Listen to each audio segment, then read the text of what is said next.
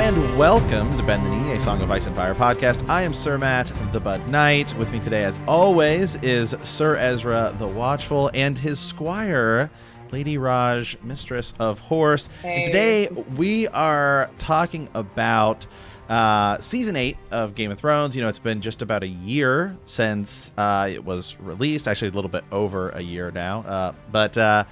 We're going to talk about some of the things that happen or may happen in Winds of Winter that the final season or seasons kind of incorporated into their storyline. And so we're just going to kind of talk about some of those things, right? You know, one of the ones that I've kind of brought up quite a bit is, you know, you look at the character Jorah Mormont.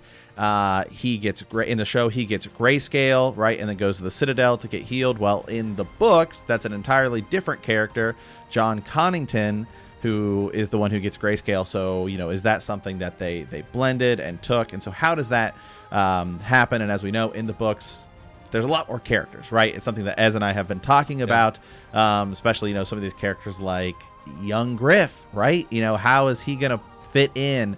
Lady Stoneheart's another one we've talked about before. So I'm going to kind of toss it over to you guys because you guys have this... have some of this stuff a little more mapped out, but yeah. So who we talking about? Well, okay, so you know, Lady Raj gets on here and she just starts. She jumps right to it. You know, she goes right to like the burning of King's Landing. Like just says, you know what, we're not messing around. We're going right to that. What a place to leave off. I'm like, wow, okay, that's great. So it was literally like episode 7. Yeah. So what do you think? I mean, like your thoughts on that, like your thinking and what you told me. And by the way, we're also going to get into all sorts of different variations in like who Young Griff is and all this kind of stuff, which is fascinating. But what were your thoughts on like, how do you see that going down, I guess, in the books? You have a different idea as to how that may come across, right? Right, Raj, yeah. So I, thanks to Matt's Maester, or not Maester study, his short little video about... It was a I think it was a Patreon episode. Okay, it was a Patreon. I was like, I don't think I saw your face, but I definitely heard your voice. Right. But the Patreon episode about Aegon being, I'm just going to go straight to technical terms because we're on YouTube. That's fine. Yeah. Okay.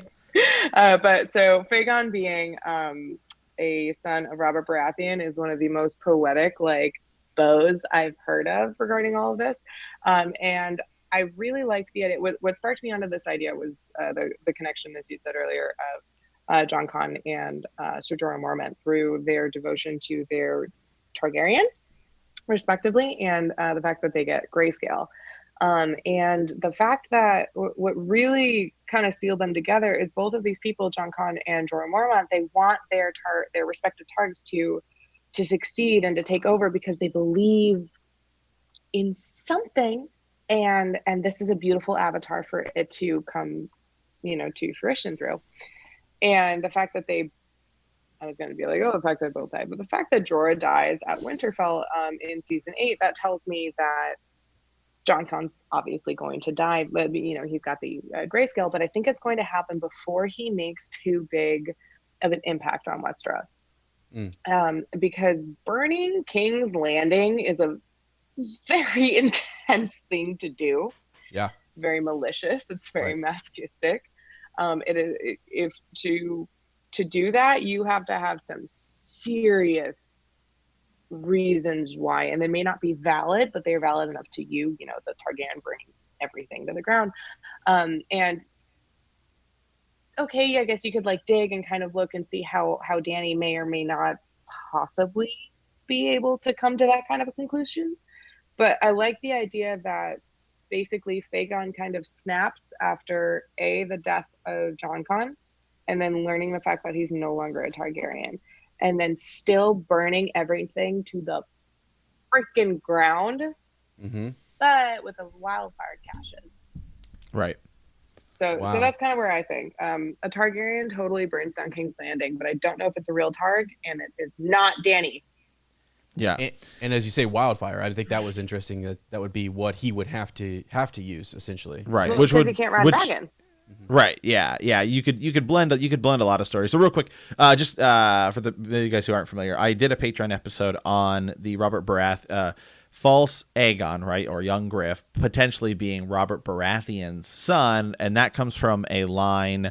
There's some lines where Varys is talking about the number of bastards that Robert Baratheon has, and we have been told 7 of them. You can, but so he says there's 8. So, people are theorizing who would be that 8th bastard, and the one that is really intriguing would be, Young Griff, because that would be one that he knows about, 1, and 2, also the just the idea that they talk about his hair and stuff like that, and some people don't even think he's a actual Targaryen, right? That's why Aegon, false Aegon, that title comes in, and so he's something that they're propping up over there. He dyes his hair and stuff like that, so that's just one thing that's kind of interesting. And it would also, as you said, Rush, it's really poetic, because you get into this idea of really if Aegon were to take King's Landing, right? And so then maybe you have all of the White Walker stuff happen at the end rather than happen and then the final battle for King's Landing. So you have Aegon come, and Aegon be maybe the one that is taking over the city, right? That and almost battling Cersei. Then it ends up being almost more Robert in a way versus Cersei, rather than a Targaryen versus Cersei, right? And so that just makes it a little more poetic, a little more interesting, right? I mean, there's people that think that Aegon and Dany might marry, right, instead of maybe her going with Jon Snow. There's a lot, but yeah. So this idea of that would also then potentially blend, the Sept of Baelor blowing up, right? We see Cersei blow up the Sept of Baelor, but it could actually be just some lines that who knows what Gur gave them, but this kind of taking some of that stuff and be like, all right, well, maybe it's actually Aegon that blows King's Landing up, right? And so maybe they had to piece that around differently and stuff like that. But no, that's definitely a really good idea. Yeah. Well, yeah. So I think it is interesting, and I was trying to think about like how would Young Griff know about these different caches, and I was thinking about Varys and the connection there, and knowing that these things are all stored, and then also what would prompt someone to do that if he does sort of send someone, into King's Landing, and he sends John Connington into King's Landing, and he's killed or something. That would really upset Young Griff, and then maybe there's a way to go in there and strike back or something. I was trying to think, or is it just is it a tactic just to take the city?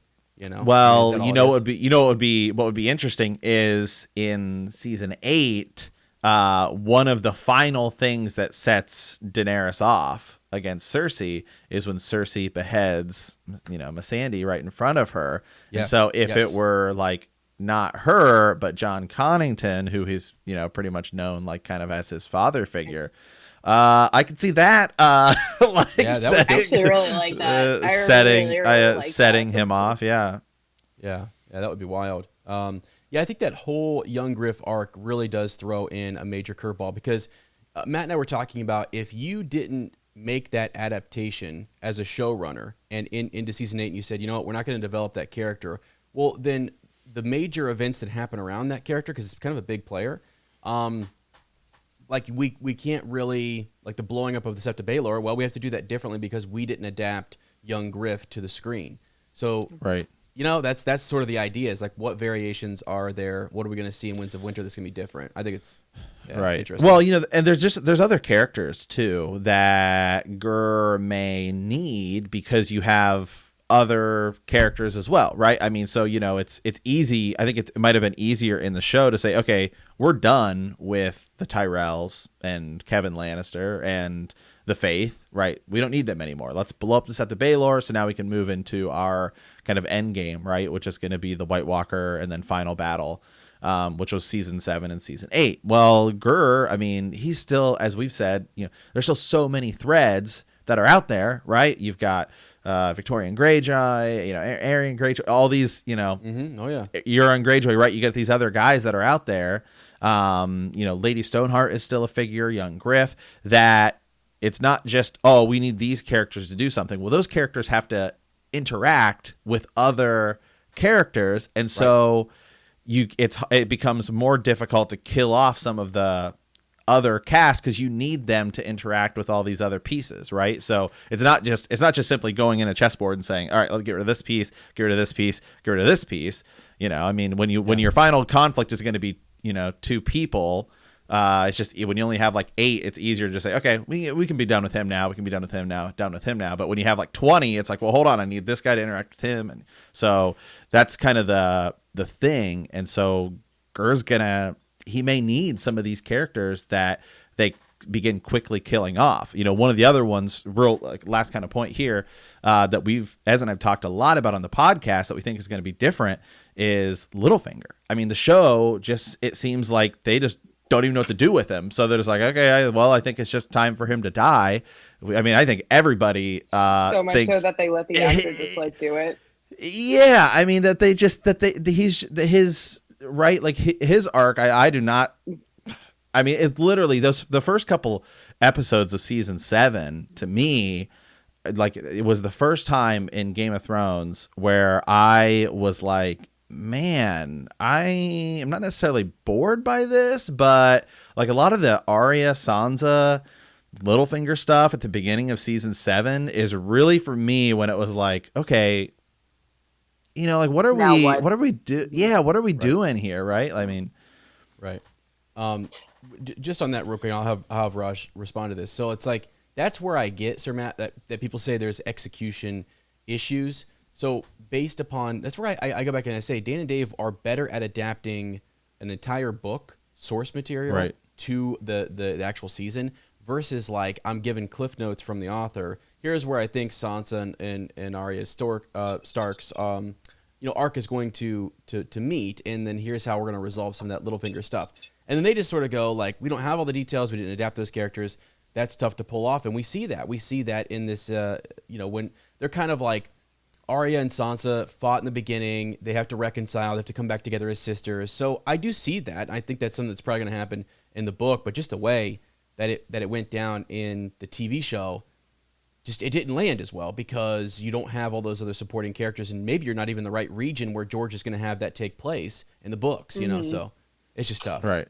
So I believe there to be this like major document, and I would love if this is a thing. I would love for the public to get to see it someday, but I believe there to be this like big fat document that George had to give Dan and Dave of like, okay, here are the 17 bullet points that are about to go down. So like the Sept blows up, Dany dies, Drogon fucks off with Dany's body or like, things like that, like very major plot points with no context whatsoever. And that's kind of how that last season felt to me. Like, I feel like they were just like marking boxes that they had. Which has got to be a difficult enough, feat in and of itself. But just talking about the adaptation, like I definitely do believe, and maybe, in regards to King's Landing, they were like, yes, the Sept blows up, the Red Keep falls down, thousands and thousands of people die, but they like on the paper that they were given before George backed out of helping them write through the final end of the series, those were just the points they got. And so it was up to them to do the best great value version of whatever George has in mind without going on to, ruin what's in the books. I actually tweeted Matt a long time ago, or not a long time ago. I've had Twitter for like 2 months. But I asked him, Matt, I was like, hey, do you think that the choice of Dan and Dave, supposedly that was made as the people to create Game of Thrones TV series, supposedly they were chosen because George asked them who Jon's lineage was, and they answered R plus L equals J. Yeah. Right. What if it doesn't? Yeah. Because the entire thing could still be this incredible, cool story. But in the series, they didn't really harp on it that much. Like the TV series, they didn't really, really, for me, hit the fact that Jon is a Targaryen. I'm not saying he's not. I'm just saying I was a little bit bummed by the amount of attention that got, other than just yeah. And maybe he isn't. Maybe there's somebody else. I mean, this is literally its own entire universe. Yeah. Let me jump in real quick, because I think that's actually an interesting point in that I think it is somewhat kind of, again, majority of people, and I think it's somewhat confirmed that George said that, R plus L does equal J or whatever, but like, why is that that's the question that started this whole thing. Like, yes, you get to adapt my book series if you can answer that question correctly. And then like you're imagining, wow, if that's the question they have to answer to get this right, then it all centers around that, and it's going to be a really big deal. And it is still a big deal, and that is a central point to a lot of this. But wow, that reveal, and I get what you're saying, it's a little underwhelming, and it's not.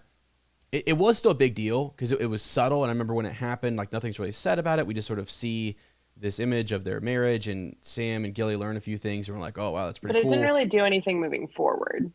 Right. Yeah, and I get that it causes, that's the division or the conflict between Jon and Dany, and so that information is known. It just feels like it's known by so few, like a small little group of people, that I don't know that it.